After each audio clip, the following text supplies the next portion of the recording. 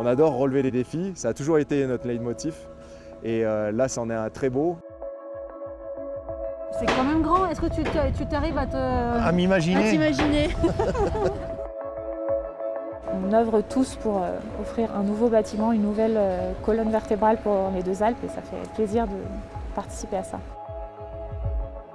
Quand on se retourne et qu'on voit tout ce qui est fait là, par des dizaines et des dizaines de personnes, c'est une très très belle aventure humaine.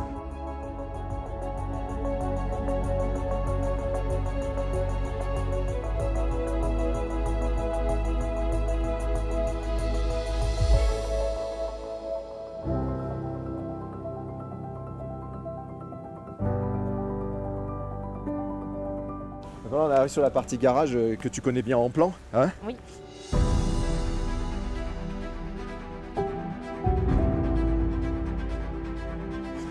La dalle là est à 9,50 m. 9,50 m, ouais. Donc tu imagines la cathédrale que ça fait? C'est quand même assez impressionnant. On a au sein de l'agence 6 personnes qui sont mobilisées. Marie qui assure un suivi général de coordination sur les 3 sites. Mathilde Marché gère la G2, G3. Clara Passage gère la G1 et Daniel Munoz gère la G4. Johan Sevessan gère encore des échanges avec la SATA et qui a l'historique du chantier. Sans oublier Myriam, assistante secrétariat, assistante de direction. C'est un bel engagement. Dans tous les projets en archi, tu as différentes phases. Quand tu commences à terrasser, tu as un trou et tu te dis mais ça va jamais rentrer dedans.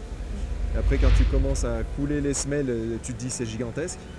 Puis quand tu commences à avancer, à couler les dallages, de nouveau les volumes sont moins perceptibles. Et c'est quand tu commences à monter les voiles que là tu te rends compte des volumes intérieurs qui vont aller avec le bâtiment. Ça rend fier de travailler sur un gros projet comme ça où tout ce qu'on doit faire après, il faut en suivre derrière, donc c'est un challenge côté archi. Donc là c'est par ici qu'on va livrer les cabines, qu'on va les mettre en ligne, qu'on rentrera tous les véhicules en cas d'intempérie pour la protection des cabines, protection des pylônes, etc. vis-à-vis du risque du vent.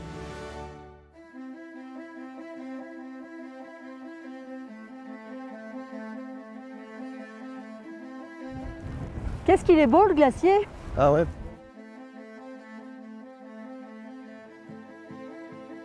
La problématique la plus complexe, c'est que le bâtiment n'a pas le droit de venir se porter sur la structure de la remontée mécanique. Du coup, il faut imaginer des solutions de fondation qui viennent en dessous et jamais on doit toucher à la remontée mécanique.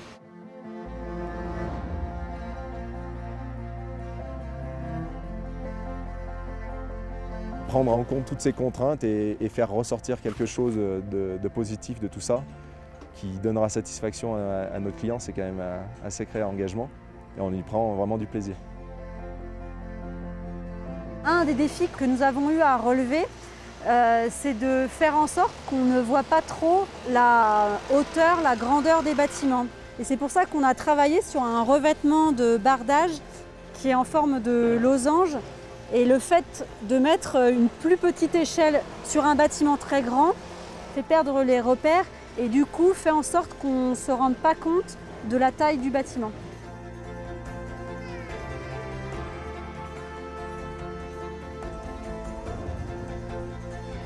L'entreprise ATIM en tant qu'architecte a été choisie parce que la SATA a estimé que c'était le cabinet d'architecture qui avait le plus d'expérience au niveau des chantiers en montagne.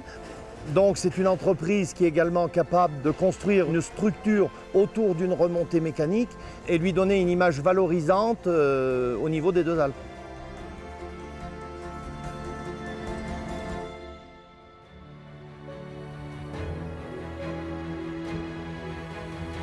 C'est une émotion quand on a les premiers volumes qu'on a dessinés et cogités sur des plans depuis des mois qui commencent à prendre corps.